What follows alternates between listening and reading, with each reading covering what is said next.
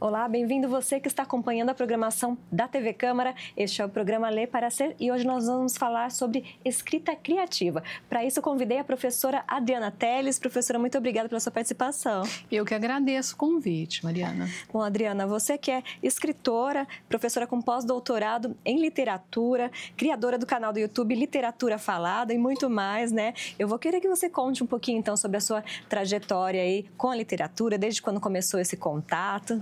Como é que foi? Olha, eu gosto de literatura desde sempre. Eu me lembro quando eu era criança de pedir para minha mãe fazer a carteirinha da Biblioteca Municipal. Na época tinha um braço da Biblioteca Municipal perto da minha casa, onde é hoje a Asa Delta.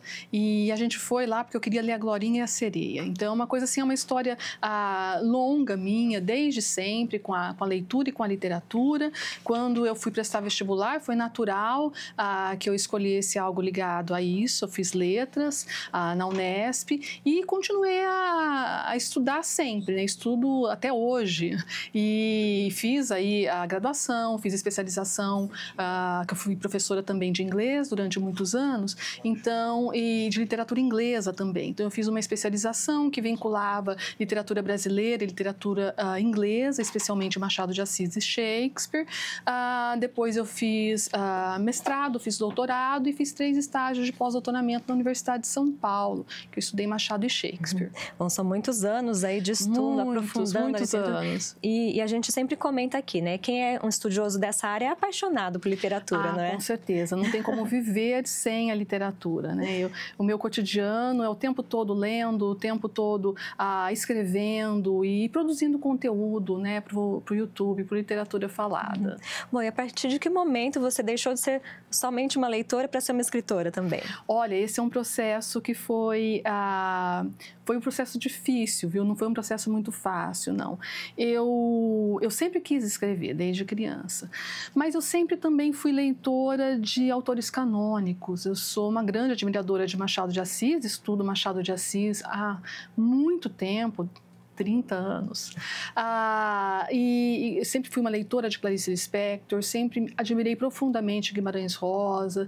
Então, quando a gente tem esse tipo de leitura, por vezes a gente se sente intimidado em escrever, muito embora tenha o desejo de criar, né?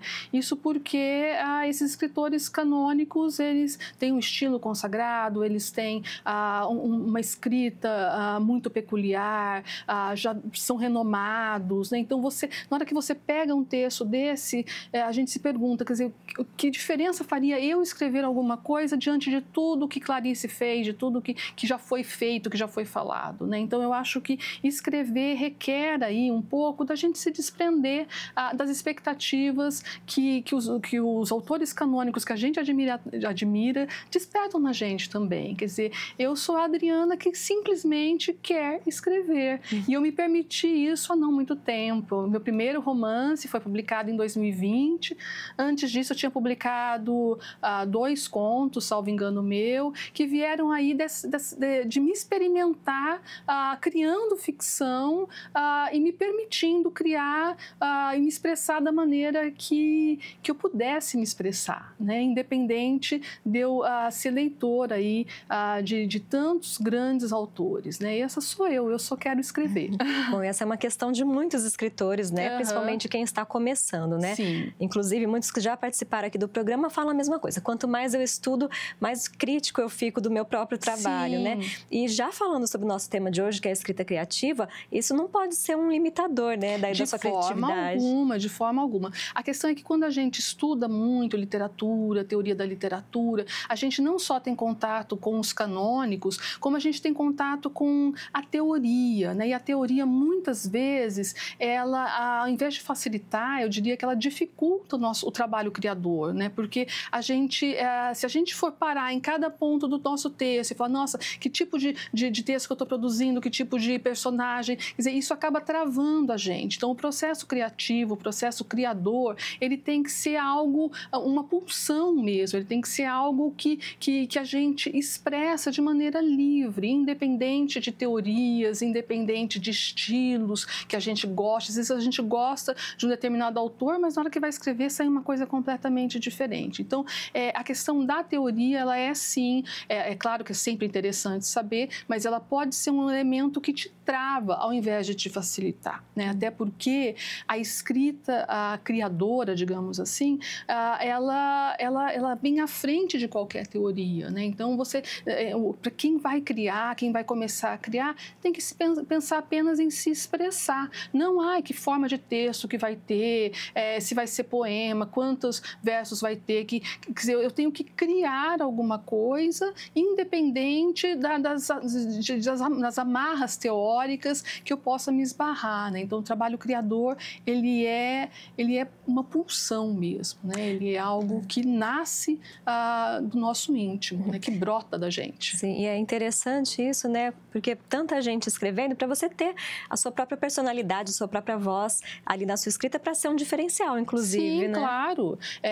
Não adianta a gente gostar de determinado autor, falar, nossa, eu queria tanto escrever como. Isso não vai funcionar, né? A gente só vai realmente conseguir criar algo novo se a gente conseguir se expressar de maneira singular, singulares que somos, né? Cada um, cada um se expressa, vê, percebe o mundo de uma maneira, usa a linguagem de uma determinada maneira, né? Então, somente quando a gente der vazão a isso, a gente vai conseguir escrever aí algo que tenha personalidade. Tem que ter aí um equilíbrio, né? Claro. Entre técnica e inspiração. E quando a gente fala sobre escrita criativa, né? A gente está falando sobre escrita de ficção, é isso? Sim, escrita de ficção, escrita não acadêmica, né? Uma escrita mais livre, sim. Tá certo. De que forma um escritor, ou você, né, que já deu aula por muitos anos na graduação, na pós-graduação também? Não, só na graduação. De que forma esses alunos podem se encaminhar aí para esse ofício da escrita? Olha, a escrita criativa, ela depende unicamente da pessoa querer escrever e começar a escrever. Eu acho que essa é a grande questão, é você se expor à escrita, é você pegar aí um papel, um lápis, uma caneta, um notebook, um tablet, o que você quiser e se expor à escrita. Não esperar um momento certo, porque não vai acontecer de você acordar um dia e falar, nossa, finalmente hoje é o dia que eu vou começar a escrever o meu romance. Quer dizer, a gente tem que se expor à escrita. Eu acho que isso é o fundamental.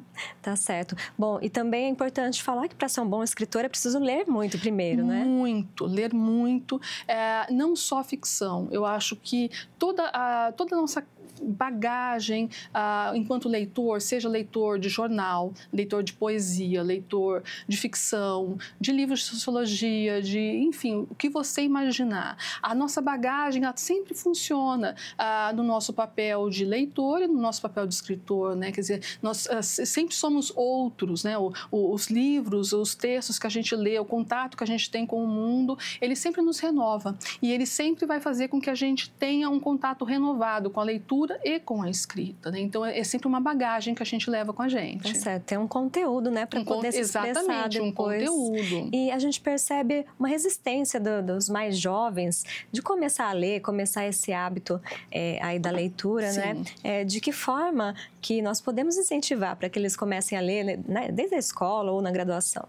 Olha, essa questão da leitura, ela é bem complicada, principalmente num mundo tão digitalizado como é o nosso, né? Então, que as pessoas estão mais dispostas a verem vídeos, enfim. Eu acho que o incentivo desde criança é sempre uma boa opção, né? E eu acho que os professores devem sempre estimular os alunos a lerem. E também eu vejo muita experiência interessante, inclusive em ensino fundamental e médio, de pegar os textos, de encenar os textos, de usá-los em forma de teatro, né? Acho que esses novos dispositivos de leitura, de você poder ler em tablets, em Kindle, também acho que ajudam muito, audiolivros, quer dizer, então você tem aí uma série de possibilidades que ajudam. E sempre, é claro, buscar ou indicar ou buscar para a gente leituras que façam algum sentido para a gente, né? Então, às vezes, determinados textos não fazem sentido para um adolescente de 14 ou 15 anos, muito embora a gente saiba que seja importante, que ele deve ler, né? Então, eu acho que sempre está apropriado aí com o tipo de leitura que se oferece e que se busca também, né? Ela tem que conversar com a gente, com a nossa bagagem enquanto pessoa e leitor. Tá certo. Bom, aí além da formação dos leitores, né? Quando chega o momento que a pessoa percebe que gostaria de escrever, né, se tornar um escritor, de que forma ele pode fazer isso?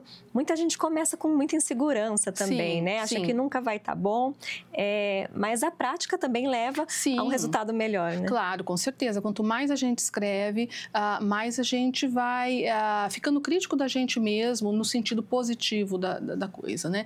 Eu sempre digo que é muito interessante que a gente, é um hábito meu, né? Que a gente, quando escreva uma ficção, que a gente dê um tempo para essa ficção, deixa ela descansar, como diria um professor meu. Porque a gente revisitando o texto dali a algum tempo, 6 meses, 1 ano, é um período longo, é um percurso, né? A gente vai ver com outros olhos, a gente vai ser um pouco crítico da gente.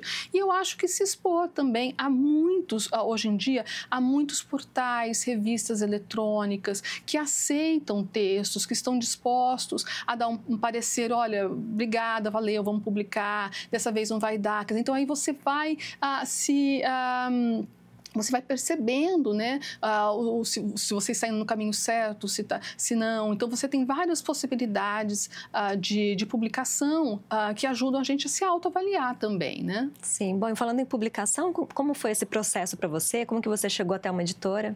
Olha, quando eu comecei a escrever ficção, eu já tinha 2 livros publicados, né? Porque a minha tese de doutorado, ela se transformou em um livro, que é o Labirinto Enunciativo em Memorial de Aires. Depois, os meus estágios de pós-doutoramento se transformaram num 2º livro, que é Machado e Shakespeare, Intertextualidades, da Perspectiva. E então eu já tinha uma experiência enquanto escritora de textos acadêmicos e livros acadêmicos. Eu tinha capítulo de livro e tal. E eu passei bastante tempo escrevendo o meu primeiro romance, que é Íris Negra, até trouxe aqui para você. Ele foi publicado em 2020. Eu fiquei bastante tempo escrevendo, foram mais de 4 anos escrevendo, e então eu já tinha uma certa experiência, um certo contato com editoras, né? Aí eu entrei em contato com várias, teve uma delas que fez as apreciações assim que eu achei muito interessantes, e nós começamos então a negociar aí a publicação, né? E depois eu publiquei 10 Minutos no Museu, que saiu ano passado, que é um livro de contos, até trouxe para você, e aí foi numa editora também, que é uma editora acadêmica e de ficção. Eles têm um trabalho bem interessante, é uma editora do Paraná, e então eles já conheciam o meu trabalho pela questão acadêmica, então também foi um trâmite aí mais facilitado por causa disso. Mas, assim, a questão das editoras é você buscar contato com essas editoras, enviar o seu original, né? E há muitas outras maneiras de publicação hoje, inclusive de autopublicação, se a pessoa assim preferir. Tá certo. Eu vou mostrar para o pessoal aqui as capas dos livros, então. É isso aí. Bom, a gente está falando então das publicações, né? E eu gostaria de saber também, você falou aí de várias plataformas que a gente pode encontrar, né, os conteúdos literários, os livros e também para publicação. E um dos meios que você encontrou para tratar desses assuntos foi o YouTube, né, na internet. YouTube, eu gosto demais do YouTube. Quando que começou esse canal? De que forma foi isso? Então, eu já tinha uma vontade de ter um canal no YouTube há algum tempo, né? A ideia, ela era, digamos, democratizar conteúdos acadêmicos.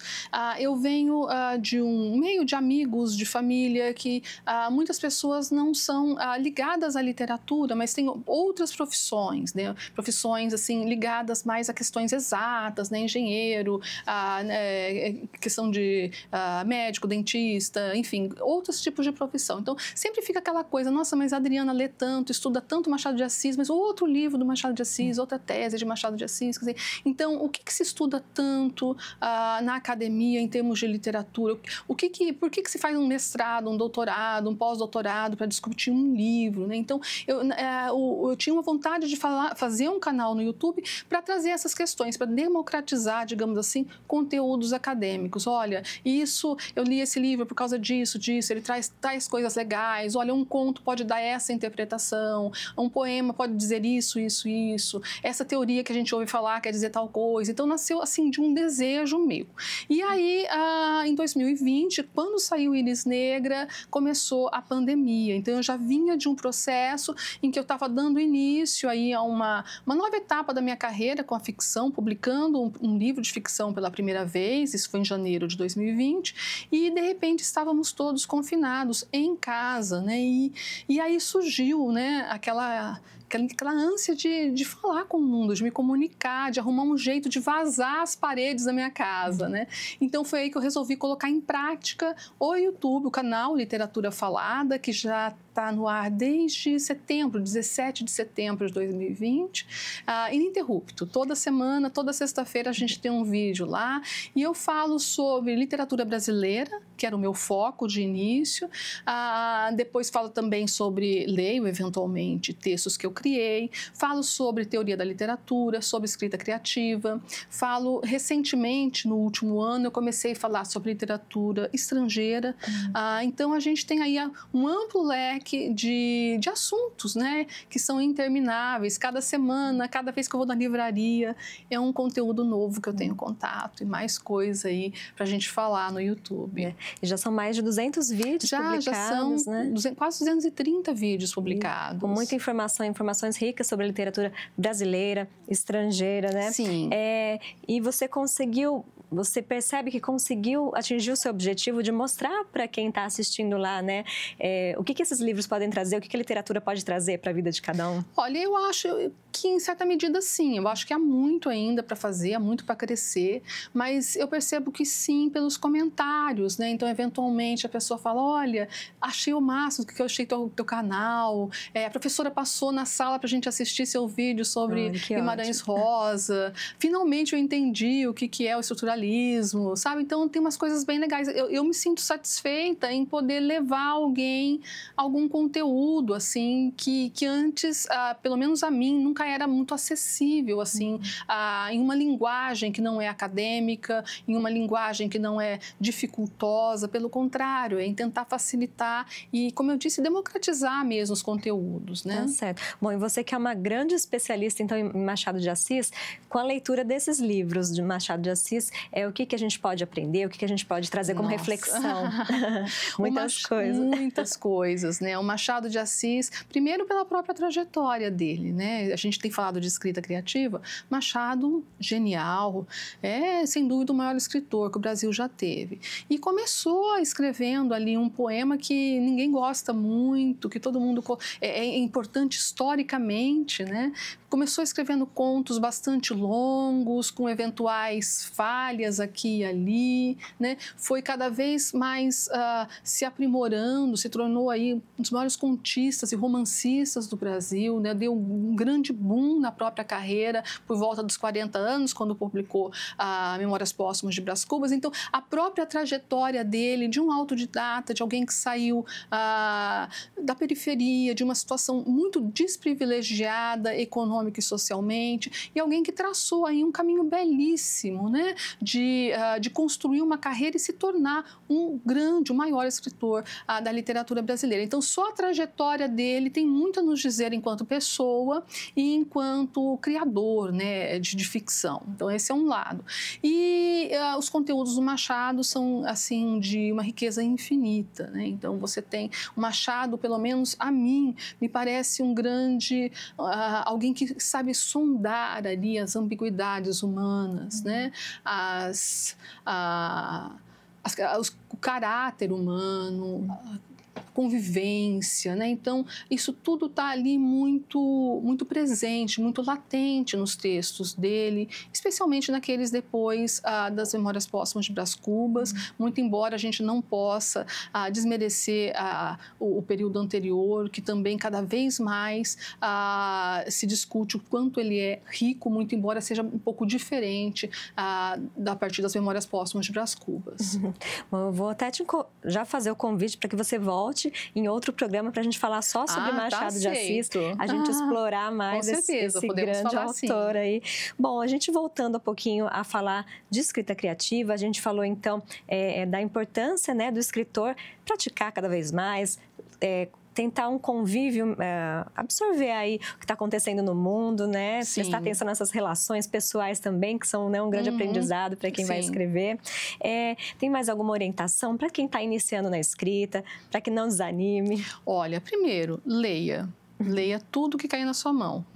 Leia ficção, não ficção, poema. Acho que é bem interessante a gente estar atento aos prêmios literários. Eu estou sempre ligada no Jabuti, no Nobel de Literatura. A gente sabe que o Nobel é por vezes, assim, criticado como sendo muito eurocêntrico, mas vale a gente estar muito atento ao que ele traz, ao estilo das pessoas que estão circulando por aí, por meio desses prêmios. Eu acho que isso é muito interessante. Se permitir conhecer autores novos, ler coisas que você nunca achou que ia ler. Esse é um exercício que eu tenho me proposto há alguns anos, né? Eu tenho que ler um autor que eu nunca li, né? Ver qual é o estilo, o que ele tem a dizer, como ele tem a dizer. E se expor à escrita, escrever. Escrever nem que for para você mesmo, né? Você tem que praticar, que se expor ao mundo da escrita.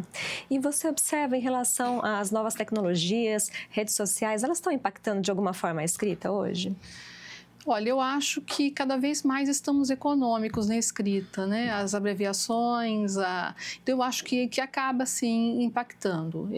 Talvez conteúdos, por vezes eu vejo conteúdos muito, de linguagem muito simplificada, né? Então eu acho que eventualmente sim, né? E também aí na consagração de obras, assim, por vezes mais, de efeito mais de best-seller, né? Então a gente vê, sim, esse impacto.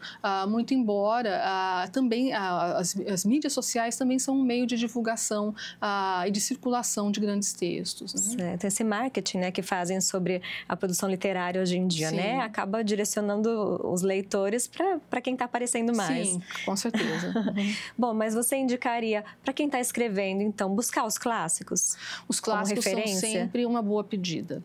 E eu não posso deixar de citar aqui, porque eu acho que os escritores russos, especialmente do século XIX, são uma verdadeira escola para quem quer aprender a escrever e ter contato com questões técnicas, né? Então, eu cito aqui, por exemplo, um exemplo de uma excelente novela, A Morte de Ivan Ilitch, Crime e Castigo, do Dostoiévski. Quer dizer, então, os escritores clássicos são sempre uma boa pedida. Os russos dão um show em termos de técnica, como eu disse, Tolstói, Dostoiévski. Os franceses contemporâneos que estão aí explorando muito questões relativas à memória e à autobiografia, os clássicos brasileiros, né? E estar atento aí também aos novos que estão circulando, especialmente, eu diria, especialmente aqueles que estão circulando internacionalmente em termos dos grandes prêmios. Eu acho que sempre vale a pena dar uma olhada, ver se a gente se encontra ali naquela escrita, o que ela tem a nos dizer. Tá certo, Adriana. Muito obrigada pela sua participação aqui. Já faço um convite para que você retorne aqui para a gente conversar mais. Muito obrigada. Obrigada a você. Eu agradeço você também pela sua audiência. Se você quiser rever este programa, ele está disponível no nosso canal do YouTube, TV Câmara Rio Preto. Obrigada e até o próximo.